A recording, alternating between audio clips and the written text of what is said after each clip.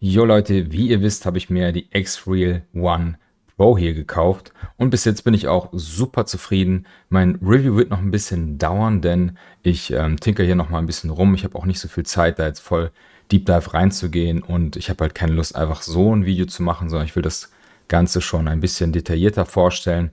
Und dementsprechend habe ich schon viel Zubehör getestet und in diesem Video hier möchte ich darauf eingehen, welches Zubehör macht Sinn und welches macht vielleicht nicht so viel Sinn und gebe hier und da vielleicht mal eine Empfehlung ab. Also die X-Real One Pro hier ist ein super geiles XR-Headset. Ich habe ja kurz die X-Real One bei Sebastian Ang im MATV Headquarter ausprobiert, habe mir die gekauft und hat eine Weile gedauert, bis ich sie tatsächlich in meinen Händen halten konnte. Aber ja, jetzt werden die nach und nach ausgeliefert und kleiner Hinweis, die X-Real One Pro gibt es jetzt noch für 650 Euro. Die wird dann aber auf 679 Euro, glaube ich, erhöht, eben wegen diesen ganzen Zöllen und so weiter. Mussten sie den Preis da erhöhen. Das wird Ende Juni der Fall sein. Also wenn ihr noch für einen günstigeren Preis zuschlagen wollt, macht das ruhig. Ich habe noch keinen Affiliate-Link dafür, aber wenn ich einen von X-Real erhalten sollte, würde ich den unten verlinken. Also wird das dazu erwähnt werden in der Beschreibung. So, aber ich will gar nicht so viel darauf eingehen, gut ich die Brille finde. Ich finde sie gut, ich werde sie auch behalten. Ich werde sie nur zurückschicken müssen, was das Ganze ein bisschen verzögert, aber da gehe ich noch in einem anderen Teil dieses Videos hier darauf ein. Also Zubehör. Es gibt etliches an Zubehör, was man hier beachten kann. Das Coole an dem Ding ist ja, dass wir hier per USB-C das Ganze einfach anschließen können an alle möglichen Geräte hier, zum Beispiel euer Smartphone. Mein Smartphone dient jetzt hier als Kamera, dementsprechend kann ich das nicht zeigen, aber das wäre auf jeden Fall eine meiner ersten Empfehlungen. Samsung DeX ist so eine Sache, die richtig gut funktioniert, gerade wenn man darauf aus ist, mit dem Ding zu arbeiten. Da hat man sein Smartphone dabei. Funktioniert natürlich auch mit neueren Samsung Tablets. Da kann man das einfach per USB-C hier anschließen und dann habt ihr einen fast vollwertigen Computer, auf jeden Fall mit Desktop-Ansicht. Und wenn ihr Maus und Tastatur anschließt, per Bluetooth zum Beispiel, dann funktioniert das ganz gut. Das wäre auch schon meine erste Empfehlung, eine anständige Maus. Es gibt natürlich tragbarere Alternativen, aber ich habe mir eben etwas ein bisschen unhandlicheres besorgt. Hier ist eine komplett dicke Maus von Logitech. Hier gibt es auch einen USB-Anschluss, aber das Ganze funktioniert auch mit Bluetooth. Das finde ich eben ganz cool. Also sollte ich einen Laptop benutzen, kann ich das hier direkt anschließen. Ansonsten kann ich das Ganze auch per Bluetooth mit meinem Smartphone verbinden. Und dazu passend gibt es auch eine Tastatur von Logitech. Die habe ich hier auch in so einem Case. Ist natürlich, wie gesagt, total riesengroß und vielleicht nicht jedermanns Sache. Aber ich persönlich bin ein großer Fan von dieser Tastatur hier. Und ich werde die natürlich unten verlinken, aber ich werde auch ein paar Alternativen unten verlinken, die ein bisschen tragbarer sind. Es gibt ja auch mittlerweile Klapptastaturen, die man super gut mitnehmen kann. Aber das ist jetzt für mich die bessere Wahl gewesen. Braucht man natürlich eine dicke, fette Tasche. Ganz zu Beginn ist es wahrscheinlich das eins der wichtigsten Accessoires, die ihr kaufen solltet. Das ist jetzt das Original von X-Real. Bisschen teuer für 50 Euro. Es gibt auch Alternativen, die ich unten verlinken werde. Das ist einfach ein Adapter, der es euch ermöglicht, das Gerät mit Strom zu betreiben. Denn nicht jedes Gerät hat gleichzeitig eine Stromausgabe per USB-C. Also ihr braucht einerseits ein Videosignal, also USB-Alt-Port. Die meisten, die Video überhaupt ausgeben, haben auch gleichzeitig die Möglichkeit, Strom auszugeben. Aber so etwas wie die Nintendo Switch zum Beispiel braucht diesen Adapter hier. Ihr seht hier ist so ein Brillensymbol und ein Stromsymbol. Da kommt hier Strom rein, entweder eine Powerbank oder eben ein Netzteil. Und hier kommt dann die X-Real ran und dann wird das hier an das Gerät angeschlossen. Macht es natürlich so ein bisschen diesen Plug-and-Play-Gedanken ein bisschen kaputt, aber so ist es nun mal. Und wenn das Ding direkt am Gerät ist, ist es jetzt auch nicht so super tragisch. Kostet, wie gesagt, ein bisschen viel mit 50 Euro, finde ich, aber so für 25 bis 30 Euro gibt es Alternativen. Mir ist aufgefallen, dass es stark davon abhängt, wie gut euer Netzteil ist oder auch das Kabel, damit die Brille hier sauber funktioniert. Also Bis jetzt haben alle funktioniert, aber sobald ich was einstellen wollte, ist die Verbindung abgebrochen. Also es hängt schon ganz stark davon ab, was für ein Kabel und was für ein Netzteil ihr benutzt. Das ist für die quasi Nintendo Switch oder aber auch, wenn ihr einfach gleichzeitig euer Smartphone aufladen möchtet, dann werdet ihr so etwas hier brauchen oder eben auch Steam Deck und so weiter. Weiterhin, wenn ihr das Ganze benutzen wollt, um einen PC anzuschließen, wenn ihr keinen USB-C-Anschluss mit DisplayPort habt, also DP Alt Mode, so heißt es glaube ich, oder Video Alt Mode, dann braucht ihr so etwas hier. Das ist ein HDMI-Kabel mit einem USB-C-Adapter. Den müsst ihr auch mit Strom versorgen. Da kommt dann hier ein Stromanschluss rein. Und auch hier ist es relevant, was für ein Netzteil ihr dann anschließt und was für ein Kabel ihr benutzt. Und dann könnt ihr zum Beispiel hier euren PC anschließen oder eure PS5 oder eure Xbox und so weiter und könnt dann das Signal auf eure X-Wheel-Brille hier übertragen. Also auf jeden Fall auch essentiell. Wenn ihr hier schon diesen Port hier habt und denkt mir euch, warum muss ich mir jetzt nochmal so ein HDMI-Kabel kaufen? Ihr könnt euch auch so einen kleinen Adapter hier besorgen, denn ihr könnt ja hier kein HDMI anschließen. Ich habe auch schon versucht, oder ich finde so etwas auf jeden Fall nicht, eine Art HDMI-Kabel. Also ich habe hier zum Beispiel ein USB-C HDMI-Kabel. Nee, habe ich jetzt doch hier. Das hier ist ein USB-C HDMI-Kabel, aber das könnt ihr ja wie gesagt nicht direkt in eure Brille einsetzen. Und auch hier kann man es dann natürlich nicht anschließen, aber mit so einem Adapter hier funktioniert es dann wiederum schon. So könnt ihr dann hier die X-Wheel anschließen und dann eine Stromquelle und könnt dann hier per HDMI etwas direkt anschließen. So seid ihr eben nicht unbedingt auf weitere Kabel angewiesen. Hier braucht ihr natürlich dann ein längeres USB-C-Kabel oder wie auch immer. Kommt ein bisschen darauf an, was ihr sowieso schon zu Hause rumliegen habt. Ja, auch so ein Adapter muss natürlich auch die nötige Power bieten. Da werde ich euch auf jeden Fall ein paar Empfehlungen unten verlinken. Ja, sowas ist natürlich auch interessant, aber wie gesagt, könnt ihr nicht direkt benutzen. Dann müsst ihr eher so etwas holen und dann ein geeignetes USB-C-Kabel. Wie gesagt, auch das USB-C-Kabel sollte hier genug Power haben, so wie dieses hier. Das ist, meistens passt es, wenn da steht 4K at 60 FPS am Kabel und so weiter, dann sollte das für diesen Zweck taugen. Genau, soviel zu den Kabeln. Als nächstes, wenn ihr zum Beispiel euer Smartphone benutzt, um dann zum Beispiel Cloud Streaming zu spielen, dann werdet ihr natürlich einen Controller brauchen.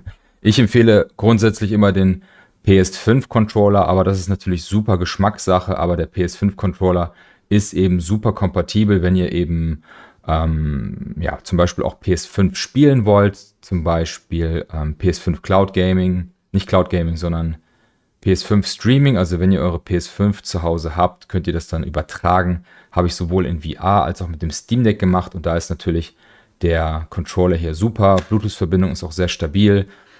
Funktioniert meiner Meinung nach sehr gut, aber ihr könnt natürlich auch einen Xbox-Controller oder einen 8-Bit-Do-Controller benutzen. Hauptsache ihr könnt den per Bluetooth anschließen, weil eure USB-Verbindung ja blockiert ist. Was natürlich auch eine gute Sache sein kann, habe ich jetzt nicht in verschiedener Art und Weise vorhanden, aber ist irgendeine Form von Hub. Ja, das ist jetzt für meinen Steam Deck, aber das ist jetzt nur repräsentativ. Ich werde euch unten auch ein paar verlinken, die ihr fürs Smartphone oder so benutzen könnt oder die man direkt anschließen kann. Dann kann man natürlich so einen Hub an sein Smartphone anschließen oder an Steam Deck und dann hier von diesen verschiedenen Ports hier Gebrauch machen. Relevant ist natürlich, dass ihr auch hier wieder ein USB-C Video-Output habt, damit ihr die Brille auch verwenden könnt. Ansonsten ist es so ein bisschen witzlos. Aber ja, das zum Beispiel für Steam Deck ist ganz praktisch. Das kann ich hinten einfach an mein Steam Deck hier mit meinem Mod-Case anschließen. Und dann, falsche Seite, so rum. Und dann könnte ich jetzt das Ganze mit Strom versorgen, die X-Wheel-Brille anschließen oder weitere Ports anschließen. Also auch das Steam Deck ist natürlich eine super Sache, um das um die X-Ray Pro hier wirklich, X-Ray One Pro hier super zu benutzen, denn ihr habt erstmal eine leistungsstarke Konsole. Ihr könnt das Ganze hier benutzen als Cloud-Streaming-Gerät, also sowohl PS5 als auch GeForce Now habe ich ausprobiert. Also so wirklich, wirklich cooles Ding.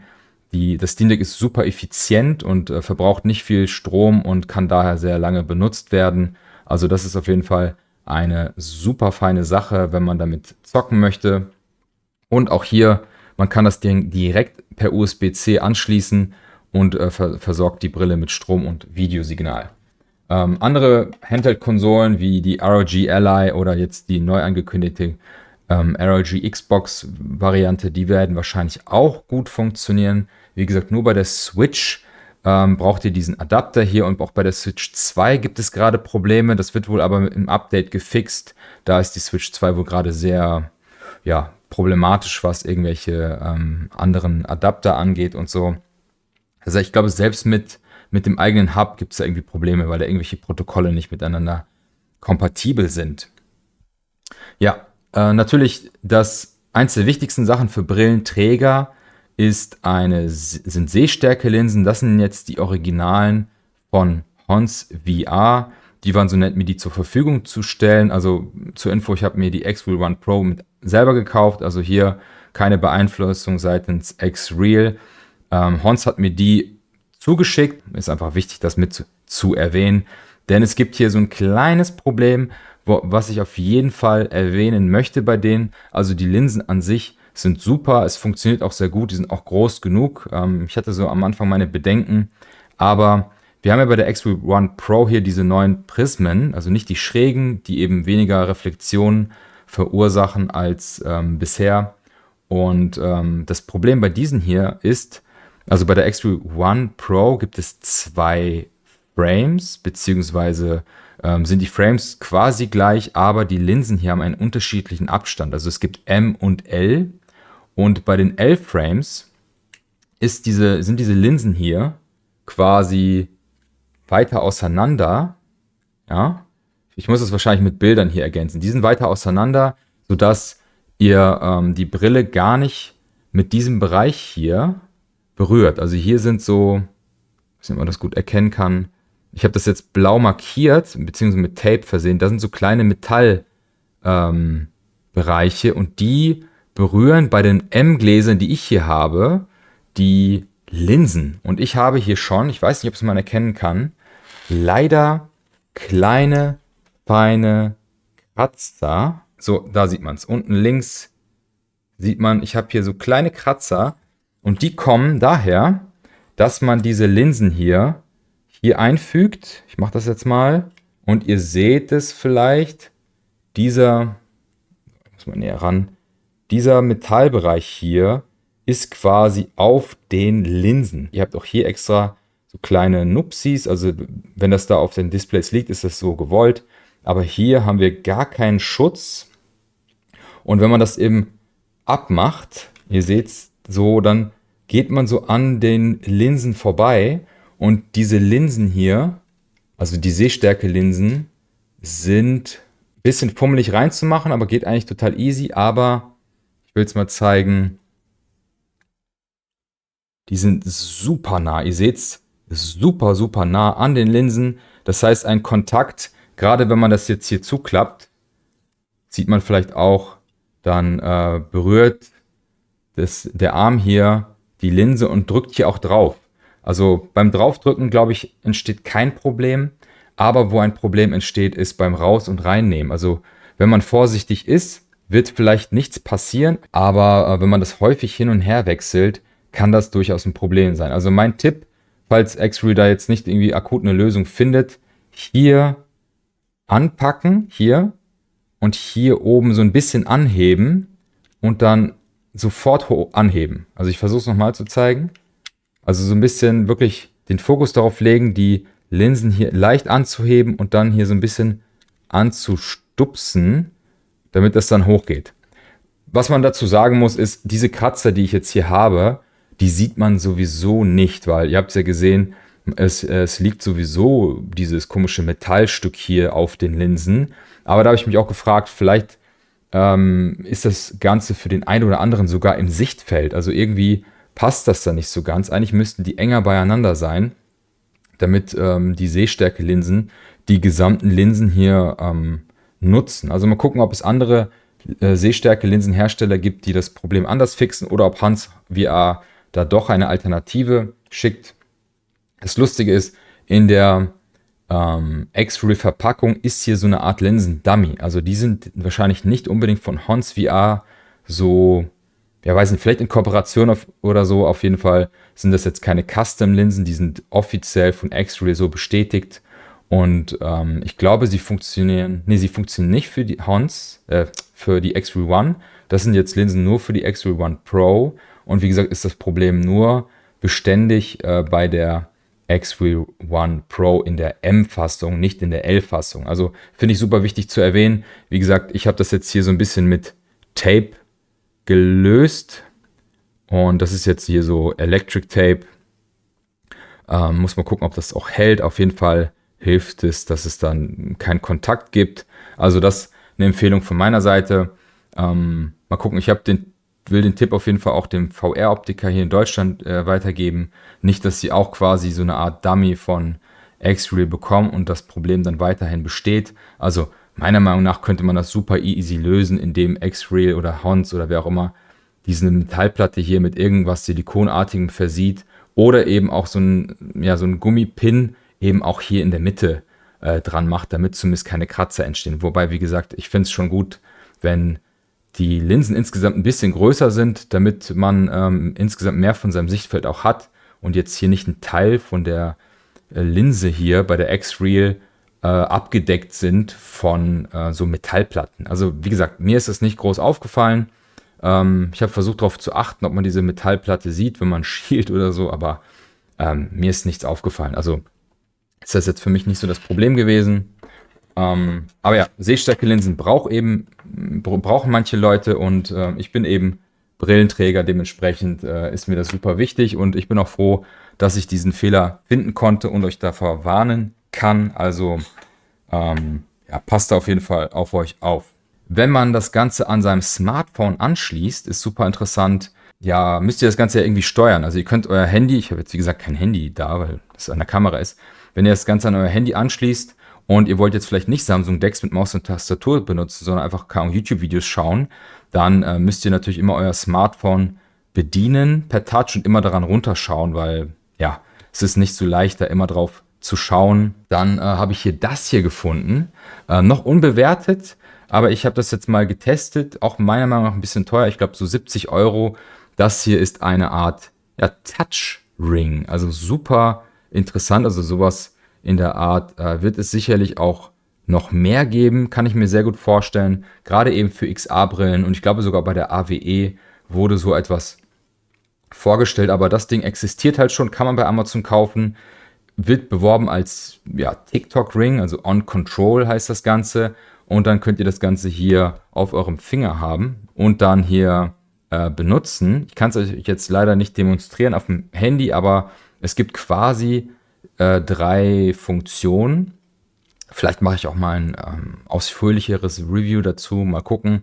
Das Ganze wird per Bluetooth angeschlossen, also verbunden. Und dann gibt es 3 Modi. Es gibt einmal so eine Art Musikmodus. Da könnt ihr swipen links und rechts, um lauter leiser zu machen, beziehungsweise Song weiter und Song zurück, also Basic-Funktionalitäten. Dann gibt es eine Art TikTok-Modus, der je nachdem, welche Verbindung ihr habt, also ich glaube, das heißt Navigationsmodus offiziell, aber der ist schon so ausgelegt, dass der für TikTok funktioniert. Also wenn man nach oben swiped, dann werden ganz bestimmte Befehle da ausgeführt, die halt für TikTok sind. Man kann das basically auch für YouTube und Co. benutzen, aber ist, wie gesagt, insgesamt eher für Short-Content, also runterswipen, nächstes Video, nächstes Video, nächstes Video, also quasi der Brain-Rot-Ring, wenn ihr so wollt. Aber die dritte Funktion ist spannend. Das hier ist ein Touchpad, ein super kleines Touchpad, wo ihr eine kleine Maus in eurem Smartphone bedienen könnt. Also vielleicht blende ich das Ganze auch ein, wenn ich dazu Material mache. Und dann könnt ihr es hier so halten und dann hier hin und her swipen und das Ganze tatsächlich wie so eine Art Mauspad benutzen. oder eher Trackpad. Ist jetzt nicht super sensibel und die Fläche ist natürlich super klein, aber es funktioniert meiner Meinung nach schon. Und dann kann man hier tippen, also es ist Touch. Man kann auch drücken und halten. Dann ist es quasi auch wie im Smartphone, wenn man eine Sache hält, um irgendwelche Funktionen zu benutzen, oder emuliert eben eine rechte Maustaste. Und das funktioniert auch mit Samsung DeX und so weiter. Also super cool. Nervig ist ein bisschen, dass das Ganze wie eine Tastatur erkannt wird. Dann öffnet sich auch nicht die Touch-Tastatur. Dann muss man in den Einstellungen etwas ändern, dass trotz allem immer das Touchpad, also die Touch-Tastatur kommt, aber ich würde die Tastatur auch damit nicht benutzen. Also da mit einem kleinen Mauszeiger irgendwas zu tippen, dann macht es Sinn, vielleicht wieder sein Handy rauszuholen und gerade schnell zu tippen. Aber wenn man jetzt ein YouTube-Video guckt und dann kann man ein bisschen weiter scrollen möchte oder ihr findet bestimmt irgendwelche Ideen, wofür ihr das benutzen könnt, finde ich jetzt super praktisch, wenn man wirklich nur ganz, ganz rudimentäre Navigation mit seinem Handy machen möchte. Zum Beispiel Pause drücken oder so. Sagen wir mal, ihr habt euer Handy in der Bahn mit dieser X-Ray-Brille in eurer Hosentasche oder hinten im Rucksack und ihr möchtet da kurz nach vorne skippen oder kurz pausieren und lauter leiser machen und so, dann könnt ihr das alles hier mit diesem Ding machen. Man kann die Funktion auch immer relativ einfach ändern, indem man zweimal auf diese Taste drückt. Dann geht es in den Navigationsmodus oder in den Musikmodus und das geht relativ schnell. Verschiedene Ringgrößen gibt es dafür. Hier diese so kleine Silikondinger, die kann man hier auch abmachen. Aufgeladen wird das hier mit so einem kleinen Magnetladekabel. Also total witziges Gerät. Meiner Meinung nach ein bisschen teuer. Es gibt auch gar keine Bewertung für. Es gibt eine App, die im Prinzip gar nichts macht, außer vielleicht die Firmware upgraden. Aber bei mir war das jetzt auf dem neuesten Stand. Aber interessant, geht es auf jeden Fall in die richtige Richtung. Ich hoffe, dass es mal normale Ringe gibt, weil so natürlich seine Brille zu bedienen ist natürlich super praktisch. Dann ist natürlich für X-Real relevant zu erwähnen, dass es diese kleinen Smartphone-artigen Geräte gibt, die X-Real Beam und Beam Pro. Die Beam ist quasi nur so eine Art Puck, heißt es im Englischen, wo man ähnlich wie bei diesem Adapter hier von X-Real Geräte anschließen kann, aber auch Apps benutzen kann. Dann habt ihr quasi wieder wie bei einer Apple Vision Pro oder bei einem VR-Headset vor euch so ein paar Apps, die ihr dann auswählen könnt. Und das Ganze kann man auch als Touchpad bedienen. Und wenn ihr kein Smartphone an eure X-Real-Brille anschließen wollt, kann es total Sinn machen, so eine X-Real Beam oder Beam Pro zu holen. Die X-Real Beam Pro hat auch so eine 3D-Kamera, also eine Kamera mit einem Abstand, womit ihr dann 3D-Content machen könnt. Kabel könnt ihr im Prinzip hier alle möglichen anschließen. Also ich habe auch ganz normale USB-C-Kabel, die können für euch auch relevant sein. Also ich habe hier einerseits einfach ein stinknormales USB-C auf USB-C-Kabel. Das könnt ihr hier auch direkt anschließen. Das Ding ist nur, es ist natürlich sehr, sehr steif. Ja? Die X-Real-Brille hat es hier schon klug gemacht und hier so eine Art angewinkelten, lockeren Stecker zu machen. Das ist dann einfach ein bisschen angenehmer als hier so ein dickes, fettes Kabel. Was ihr aber machen könnt, ist, wenn ihr das Geld investieren wollt, nicht so ein Kabel zu kaufen, sondern eine Art, im Prinzip einfach nur eine USB-C-Verlängerung. Gerade wenn ihr an euren PC euch das Ganze anschließen wollt oder eure PS5, dann wollt ihr ja nicht direkt an eurer Konsole stehen, sondern vielleicht auf eurem Sofa. Dann macht so ein Kabel hier durchaus Sinn. Da könnt ihr das Ganze nämlich hier anschließen, so, und habt dann die Verbindung hier an eurem Gerät und habt hier eine Verlängerung und trotzdem hier dieses flexible Kabel. Das finde ich schon irgendwo sinnvoll. Oh, eine Sache ist mir noch aufgefallen. Dieses Case hier ist auch ganz cool. Auch bei der X-Real One Pro kann man das Ganze hier anschließen, sowohl mit Kabel als auch mit den Linsen. Das war bei der X-Real One noch nicht so. Aber ihr habt es ja gesehen, eventuell ist das Ganze vielleicht zu eng. Es gibt 1, 2 Cases, die man alternativ nutzen kann, die noch einen extra Platz haben, um das Kabel zu verstauen. Ist mir jetzt eingefallen, weil ich gedacht habe, eventuell holst du dir das. werde ich auch unten verlinken. Sollte es irgendetwas geben, was ich dann doch noch ausprobiert habe und dachte, okay, das muss ich noch erwähnen, dann packe ich das unten in die Beschreibung. Ansonsten, wenn ihr schon Erfahrung habt mit Videobrillen, dann lasst es mich gerne wissen in den Kommentaren. Dann ergänze ich die oder pinne die vielleicht nach oben. Das hilft sicherlich uns allen weiter. In meinem Review werde ich noch ein paar Sachen eingehen, die man noch so nutzen kann. Welche Apps können sinnvoll sein und welche Anwendungen gibt es noch so, welche Szenarien, wie kann man die Brille denn benutzen, zum Beispiel Arbeiten, Streaming. Lohnt es sich, das Ganze unterwegs zu benutzen? Kann man damit spazieren gehen? Solche Sachen möchte ich in meinem Review ausprobieren und testen, aber das wird noch eine Weile dauern. Also ich hoffe, euch hat das Video gefallen und konnte euch weiterhelfen. Die Sachen sind natürlich irgendwo auch häufig funktionabel für andere XR-Brillen, aber da kann ich nicht für die Kompatibilität garantieren. Die Sachen, die ich hier jetzt gezeigt habe und unten verlinke, da weiß ich, die werden mit der X-Real One und One Pro funktionieren. Und wenn ihr mein Review dazu sehen wollt, abonniert gerne meinen Kanal, lasst ein Like da und schaut euch mein Reel an, da habe ich die Brille schon mal ganz kurz vorgestellt. Und wir sehen uns beim nächsten Mal. Haut rein, ciao.